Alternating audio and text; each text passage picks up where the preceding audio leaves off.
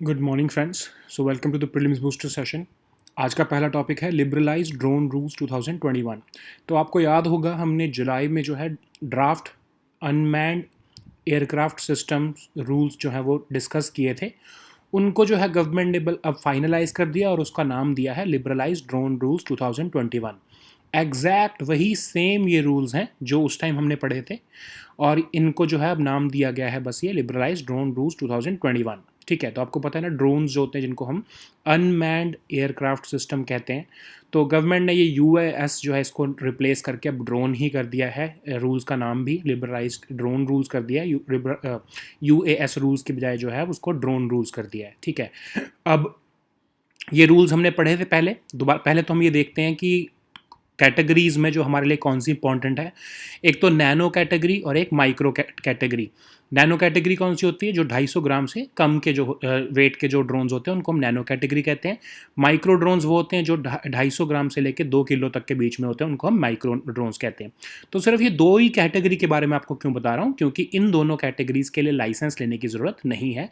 India के जो ये रूल्स जो है ड्रोन रूल्स कह रहे हैं, इनके लिए लाइसेंस लेने की ज़रूरत नहीं है। बहुत तरह के जो अप्रूवल्स पहले प्रपोज्ड थे वो अबॉलिश कर दिए गए हैं। एक डिजिटल स्काई प्लेटफॉर्म जो है वो बनाया जा रहा है, जो कि एक सिंगल विंडो सिस्टम होगा। मिनिमल ह्यूमन इंटरफेरेंस होगी इसमें, और जो है सारी की सारी ऑलमोस्ट परमिशंस जो है वो सेल्फ जनरेटेड होंगी। आपने डेटा डाला कि मैं यहाँ इसलिए इस पर्पज़ के लिए उड़ाना चाहता हूँ, सो एंड सो ये सारी जितने आप जो भी डेटा डालोगे उसके बेसिस पर जो है आपको परमिशन ऑनलाइन ही जनरेट होकर मिल जाएगी। ज़्यादा ह्यूमन इंटरफेरेंस इसमें जो है वो नहीं होगा। ठीक है, अब मैप भी इसके अंदर आपको दिखाया जाएगा कि कहाँ कहाँ पर आप जो है वो ड्रोन उड़ा सकते हो। ग्रीन, येलो, रेड जोन सारे मेंशन किए होंगे। ग्रीन जोन्स वही वही जो है इसकी कैटेगरी रहेगी जो हमने ड्राफ्ट रूल्स में पढ़ा था। 400 फीट तक जो है ग्रीन जोन में आप जो है वो ड्रोन को उड़ा सकते हो वर्टिकल डिस्टेंस में। और वो एरिया जो एयरपोर्ट से 8 से 12 किलोमीटर के जो है पेरीमीटर में पड़ता है, वहाँ पर जो है ड्रोन को उड़ाने की परमिशन 200 फीट तक की होगी। ठीक है, येलो जोन जो है वो 12 किलोमीटर आफ्टर एयरपोर्ट, मतलब पेरीमीटर ऑफ एयरपोर्ट के 12 किलोमीटर के जो आसपास का एरिया है वो आपका येलो जोन कहलाया जाएगा। वहाँ पर ऑफ कोर्स वही कंडीशन लगेगी, उसके लिए परमिशन लेनी होगी। और ये जो है 200 फीट जो या फिर जो 60 मीटर जो का जो आपका कैटेगरी है या जो क्राइटेरिया है वो लागू होगा। ठीक है, फिर अब इसमें इंपॉर्टेंट एक तो ये भी है कि ये सेम हमने पहले भी पढ़ा था। ड्रोन रूल्स 2021 भी ये कह रहे थे कि 300 किलो से जो है वो बढ़ाकर जो है उसको 500 किलो तक की ड्रोन्स जो है वो उड़ाए जा सकते हैं। ठीक है, अब वो 500 किलो के आपको लग रहा होगा कि कौन सा ड्रोन जो है वो 500 किलो का होता है। तो एक्चुअली ड्रोन टैक्सीज चलती हैं, तो वो होती हैं हैवी वेट होती हैं वो। तो ड्रोन टैक्सीज़ के लिए भी फ्यूचर को देखते हुए हमने ड्रोन टैक्सीज़ के लिए भी परमिशन जो है वो इसमें हमने इंक्लूड की है। फिर डीजीसीए को कहा है कि वो ड्रोन पायलट की ट्रेनिंग जो है और लाइसेंसिंग जो है वो सब कुछ DGCA, directorate general of civil aviation जो है वो ये देखेगा। फिर टाइप सर्टिफिकेट क्या होते हैं कि ड्रोन्स की क्वालिटी कैसी है, क्या किस लेवल की क्वालिटी होनी चाहिए, वो क्वालिटी काउंसिल ऑफ इंडिया जो है वो डिसाइड करेगा। ठीक है, उसकी टेस्टिंग वगैरह सब कुछ जो है वो टाइप सर्टिफिकेट जो मिलेगा ड्रोन को, कोई भी कंपनी अगर ड्रोन बनाती है तो उसको जो टाइप सर्टिफिकेट मिला करेगा कि वो नैनो है, माइक्रो है, कौन सा ड्रोन है, वो क्वालिटी काउंसिल ऑफ इंडिया के पैरामीटर्स जो है वो डिसाइड करेंगे। ठीक है, फिर ड्रोन कॉरिडोर्स बनाने की बात की जा रही है कार्गो डिलीवरीज के लिए। जो आपके अभी जो जब समझ लो आपको अमेजॉन, फ्लिपकार्ट के पैकेजेस आते हैं, तो फ्यूचर में जो कंपनीज हैं वो ये देख रही हैं, इवन यूएस में तो ऑलरेडी शुरू हो चुका है, बहुत सारी और कंट्रीज में भी चलता है कि डिलीवरी बॉयज़ की बजाय जो है ये ड्रोन से ही जो आपका सामान घर पे डिलीवर किया जाएगा। तो उसके लिए भी परमिशंस जो हैं ड्रोन कॉरिडोर्स, मतलब कि उनको पहले ही उनके लिए कॉरिडोर्स डिसाइड होंगे कि वहाँ पर ही वो ड्रोन्स फ्लाई हो सकते हैं। तो अब जो है ये जो आपकी कार्गो डिलीवरीज हैं वो भी ड्रोन्स के थ्रू जो है वो हो सका करेंगी। ठीक है, so now let us see this topic in English. Liberalised drone rules 2021। So in July, we discussed this draft UAS rules 2021. So now the government has come up with those draft rules as a concrete as concrete rules, and the name has been changed to liberalized drone rules 2021.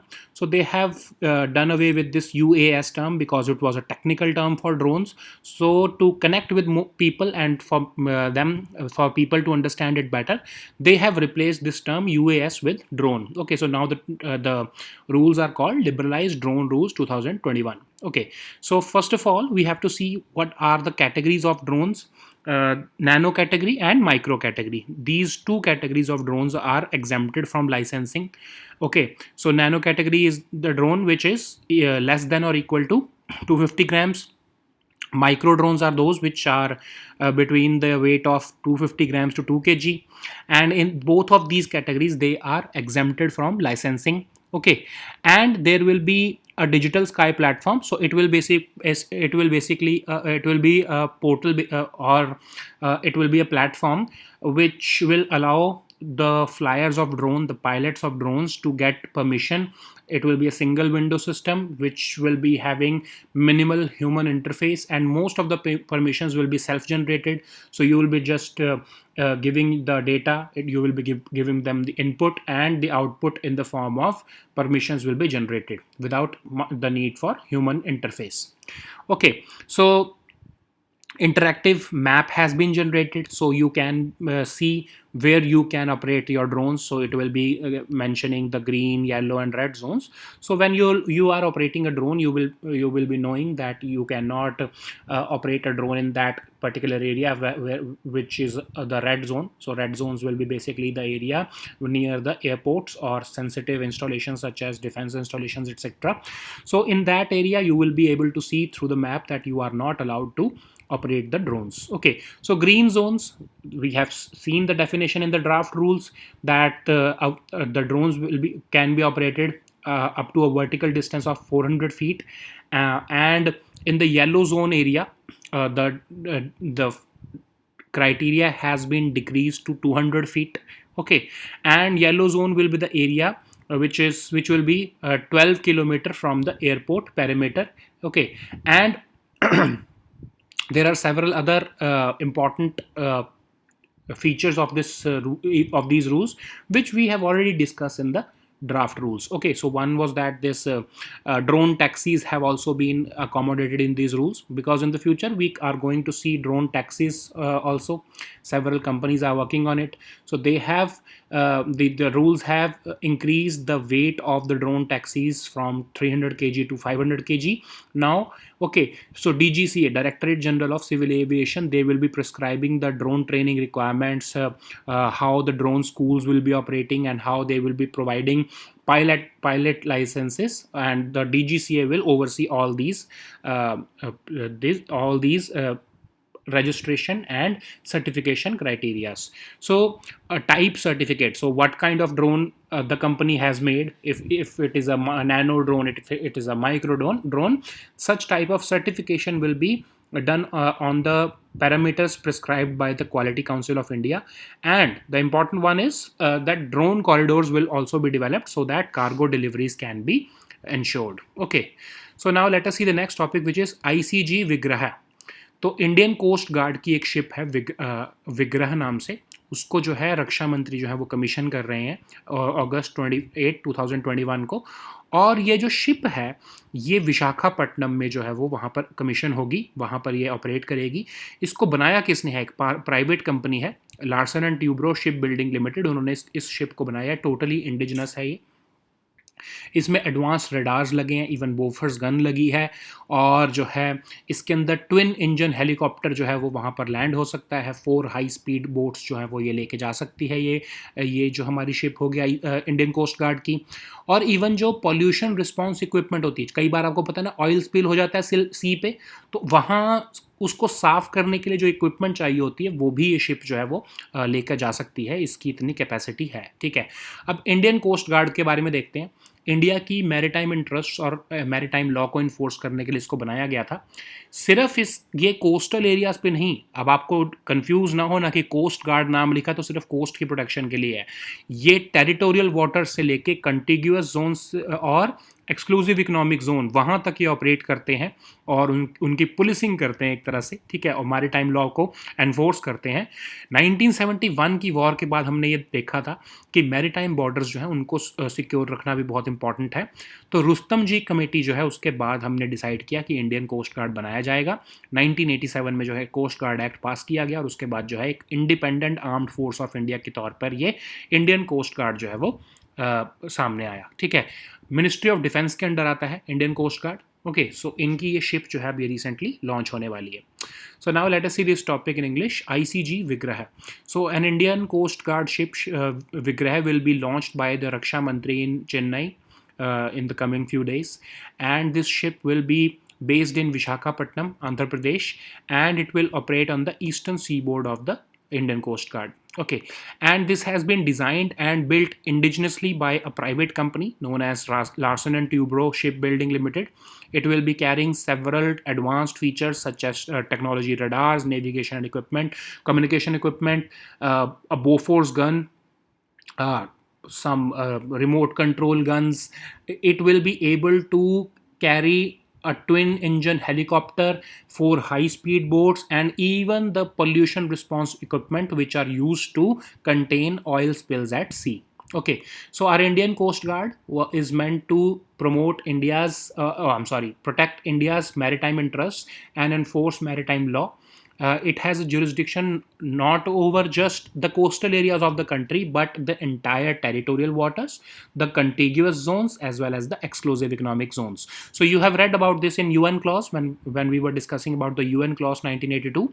So you know what are the territorial waters, 12 nautical miles range, and then contiguous zone 200 nautical miles range. So you have an idea over it. Okay, so for that protection, for the delineation of boundaries which have been decided by the UN clause, the protection of such boundaries are done in India by Indian Coast Guard. Okay, after the 1971 war, it was realized that the maritime borders are equally vital for India. That's why Rustamji committee was formed, and this committee suggested the formation of Indian Coast Guard. And in 1978, this Coast Guard Act was passed by the Parliament of India, and a separate and independent armed force under the Ministry of Defense was established by this act. Okay. So now let us see the next topic, which is Northeastern Region SDG Index. तो SDG का मतलब क्या है? Sustainable Development Goals. तो नीति आयोग जो है उन्होंने ministry of development of north eastern region के साथ मिलके 103 डिस्ट्रिक्ट जो है नॉर्थ ईस्ट रीजन के, उनकी रैंकिंग की है कि वो कैसा सस्टेनेबल डेवलपमेंट गोल्स में परफॉर्म कर रहे हैं, ठीक है। टेक्निकल सपोर्ट इनको यूनाइटेड नेशंस डेवलपमेंट प्रोग्राम ने दिया है ये इंडेक्स बनाने के लिए, और 84 इंडिकेटर्स का यूज़ किया गया है रैंकिंग करने के लिए, ठीक है। अब 64 डिस्ट्रिक्ट्स जो है, अब अलग अलग रैंकिंग की गई है कि कौन कौन से जो है वो एस्पिरेंट डिस्ट्रिक्ट्स हैं, कौन कौन से अचीवर डिस्ट्रिक्ट्स हैं, कौन कौन से फ्रंट रनर हैं, कौन कौन से परफॉर्मर कैटेगरी में, तो अलग अलग कैटेगरी में रैंकिंग की गई है। That's not important for you, ठीक है। अब आपको सिर्फ इसमें याद रखना है कि सबसे पहली बार ऐसा किया गया है नॉर्थ ईस्ट रीजन के लिए, ठीक है। फर्स्ट एक्सरसाइज है ये, फर्स्ट एडिशन है, इससे पहले नहीं किया गया है, तो आपको ये याद रखना है, ठीक है। और इसमें आपको याद रखना है कि जो सिक्किम और त्रिपुरा है, उनके जितने भी डिस्ट्रिक्ट्स जो एनालाइज किए गए हैं वो फ्रंट रनर कैटेगरी में आए। ईस्ट सिक्किम जो है वो फर्स्ट रैंक पर आया है, गोमती और नॉर्थ त्रिपुरा जो है वो सेकंड पोजीशन पर डिस्ट्रिक्ट्स आए हैं, ठीक है, इस इंडेक्स में। So now let us see this topic in English, Northeastern Region SDG Index. So Niti Aayog in collaboration with Ministry of Development of Northeastern Region, they have launched the first edition of Northeastern Region District, and they have received the technical support from UNDP, and they have utilized 84 indicators based upon which the how these districts, 103 districts of Northeast region, how they are performing in the sustainable development goals area. They have been ranked according to that. In the first rank has been secured by East Sikkim, and the second rank has been secured by Gomti and North Tripura districts. Okay, so now let us see the next topic, which is Samarth scheme. तो ministry of textiles जो है वो समर्थ scheme को implement कर रही है ताकि textile sector में कैपेसिटी बिल्डिंग जो है वो की जा सके। Demand driven, placement oriented skilling programmes चलाए जा रहे हैं इसके अंदर। और कैसे इम्प्लीमेंट किया जा रहा है इसको? स्टेट गवर्नमेंट्स के साथ मिलके मिनिस्ट्री ऑफ टेक्सटाइल्स की कुछ ऑर्गेनाइजेशंस है, सेक्टोरल ऑर्गेनाइजेशंस, फिर manufacturing industry associations, MSME associations, ये सब मिलके ऐसे जो हैं ऑर्गेनाइज्ड सेक्टर और अनऑर्गेनाइज्ड सेक्टर के जो है वो लोगों को आइडेंटिफाई कर रहे हैं और उनको स्किलिंग कर रहे हैं जो कि टेक्सटाइल्स की इंडस्ट्री में काम करते हैं, ठीक है। एंट्री लेवल की स्किल्स भी दिए जा रहे हैं उनको, और अपस्किलिंग भी की जा रही है। जो एग्जिस्टिंग वर्कर्स हैं उनकी भी स्किलिंग की जा रही है, और जो फ्रेश वर्कर्स हैं उनकी भी स्किलिंग की जा रही है। इसके अंदर मैंडेटरी प्लेसमेंट भी है, ठीक है, मतलब जो ट्रेनिंग जिनको दी जाएगी उनको उनकी मैंडेटरी प्लेसमेंट भी कराने का जो है वो जिम्मा समर्थ स्कीम ने ही लिया है, ठीक है। So now let us see this topic in English, Samarth scheme. So Ministry of Textiles is implementing this Samarth scheme for capacity building of workers in the textiles sector. So it's a scheme to provide demand driven placement oriented skilling for the workers working in the textile sector. The workers are being identified by the ministry in association with state government agencies, sectoral organizations of Ministry of Textiles, several manufacturing industry and industry associations, as well as MSME associations. So it is basically a broad skilling framework which has been adopted by the Ministry of Skill Development and Entrepreneurship. This framework is implemented. This skill framework is taught to these entry level workers as well as the existing workers. There is also a mandatory placement feature of under this scheme, under the in which the trainees are provided, at least 70% of the entry level trainees are provided with placement, as and the 90% of the existing workers are provided placement under the organized sector. Okay, so now let us see the next topic, which is Samriddh scheme.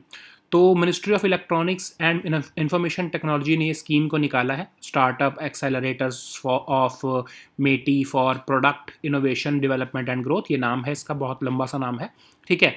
ये किस लिए निकाला गया कि India के जो software startups हैं, जो सॉफ्टवेयर इंडस्ट्री में काम कर रहे हैं, उनके लिए कंड्यूसिव एटमॉस्फेयर दिया जा सके, उनको जो है सपोर्ट किया जा सके, उसके लिए स्कीम को निकाला गया है। इसके अंदर 300 ऐसे स्टार्टअप्स को जो है वो सपोर्ट किया जाएगा गवर्नमेंट द्वारा, जिनको कस्टमर्स प्रोवाइड किए जाएंगे, इन्वेस्टर्स प्रोवाइड किए जाएंगे, कनेक्ट किया कराया जाएगा उनको न्यू कस्टमर्स के साथ, इन्वेस्टर्स के साथ, इंटरनेशनल एक्सपैंड करने की अपॉर्चुनिटीज़ उनको दी जाएंगी, और 40 लाख रुपए तक की जो है उनके ऊपर इन्वेस्टमेंट भी कर सकती है गवर्नमेंट, बेस्ड अपॉन कि उनकी मार्केट वैल्यूएशन क्या है और उनके वो कौन सी ग्रोथ स्टेज पर है, ठीक है। और 40 लाख की गवर्नमेंट की इन्वेस्टमेंट के अलावा इक्वल इन्वेस्टमेंट जो है गवर्नमेंट ये भी ट्राई करेगी कि उनको इन्वेस्टर्स भी उतनी ही एटलीस्ट जो है वो उनकी कंपनी में उन स्टार्टअप्स में इन्वेस्टमेंट कर सके, ठीक है। अब ये प्रोग्राम किस लिए चलाया जा रहा है, ताकि इंडिया की जो स्टार्टअप ग्रोथ है वो और ज़्यादा आगे बढ़ सके, ठीक है। अभी हमने देखा है कि 63 यूनिकॉर्न्स कौन होते हैं, इनकी मतलब $1 बिलियन से ऊपर की वैल्यू हो जाती है जिन स्टार्टअप्स की, उनको हम यूनिकॉर्न कहते हैं। तो इंडिया जो है वो 3rd लार्जेस्ट यूनिकॉर्न हब बन चुका है ग्लोबली, और $168 बिलियन की वर्थ है हमारे स्टार्टअप्स की, ठीक है। सो इसके लिए ही स्कीम जो है चलाई जा रही है, और इसको कौन इंप्लीमेंट कर रहा है, मेटी स्टार्टअप हब, ठीक है। मेटी स्टार्टअप हब क्या है, 2019 में इसको लॉन्च किया गया था, और एक कोलैबोरेटिव प्लेटफॉर्म है जिसमें सारे startups, mentors, centres of excellence, incubation centres, investors, angel funds, इन सब को इकट्ठे लाया जाता है ताकि वो आपस में जो है कनेक्ट कर सकें। और जो है स्टार्टअप्स को क्या होता है कि इन्वेस्टर्स मिल जाते हैं, फिर इंक्यूबेशन सेंटर से जो रिसर्च हो रही है वो स्टार्टअप्स को फैसिलिटेट हो जाती है। तो उसके लिए ही जो है ये पूरा मेटी स्टार्टअप हब एक तरह से वन स्टॉप शॉप बनाया गया था, ठीक है। So now let us see this topic in English, Samriddh scheme. So Ministry of Electronics and Information Technology, they have started this startup accelerators of METI for product innovation development and growth program, and this program aims to create a conducive platform for Indian software product startups. It is being implemented by the METI startup hub, and this program aims to accelerate 300 startups by providing them customer connect, investor connect, as well as opportunities for international expansion. So there is also a component in which 40 lakh rupees, up to 40 lakh rupees will be provided to selected startups. Of course, that would be based upon their market valuation and at the growth, and based upon the criteria of growth stage as to where does that startup actually stands in their growth phase. Based upon that, funding will be decided, and the government will also try to match such an investment with a private sector investor, and it will basically, if the government is investing 40 lakh rupees into a startup, it will also try to get a 40 lakh rupees from a potential investor for that startup. Okay, So this program aims to further the growth of Indian startup industry, which has already given 63 unicorns. So unicorns are basically those startups who have a $1 billion valuation. So India is the third largest unicorn hub globally with a total valuation of $168 billion. And this METI Startup Hub, which is implementing this scheme, was launched in 2019. So it is basically a one-stop shop for all such startups who are working in this electronics and information technology field.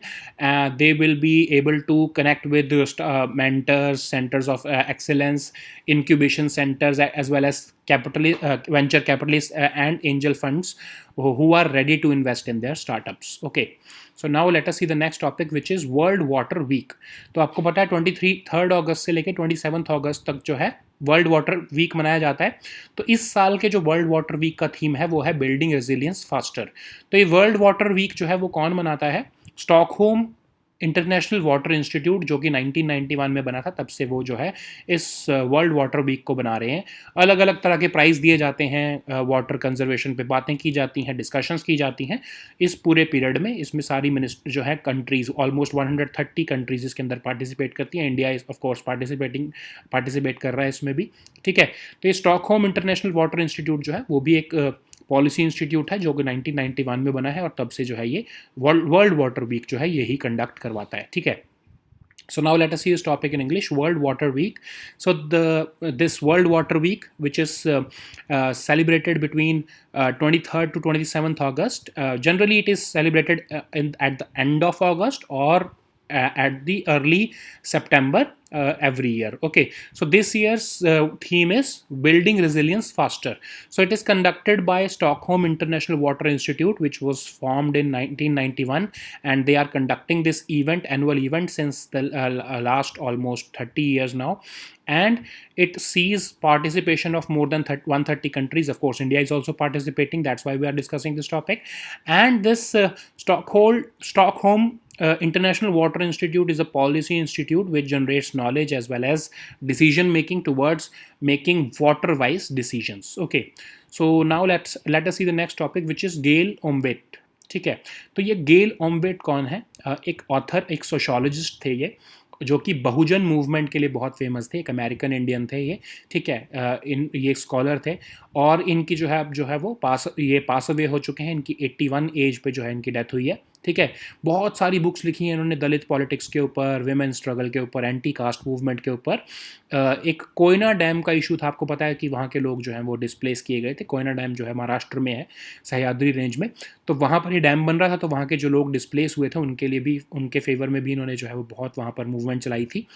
श्रमिक मुक्ति दल जो है इन्होंने जो है वो को फाउंड किया था अपने हस्बैंड के साथ, भारत पतानकर के साथ.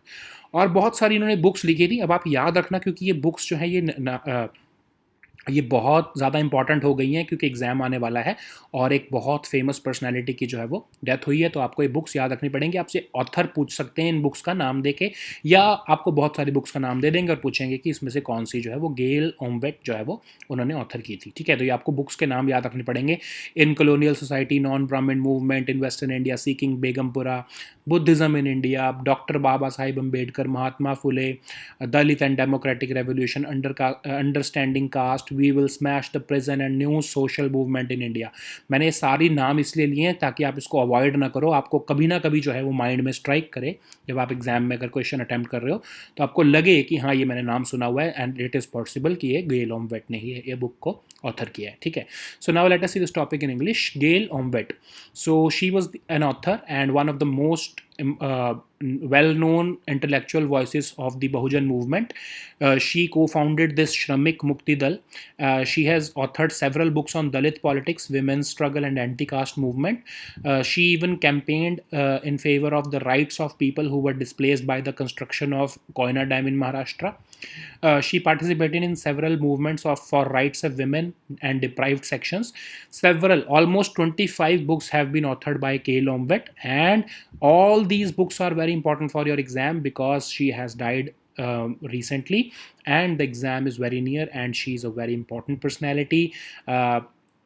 Those who have studied sociology as their optional, they must be knowing her name also. Okay, so you have to remember the books which are authored by her. So ये आपको नाम याद रखने पड़ेंगे। आज हमने अपने टेलीग्राम ग्रुप में जो है वीकली करंट अफेयर्स की भी कंपाइलेशन शेयर की है, उसको भी आप डाउनलोड कर लेना। We'll meet next time with new topics. Until then, goodbye and take care.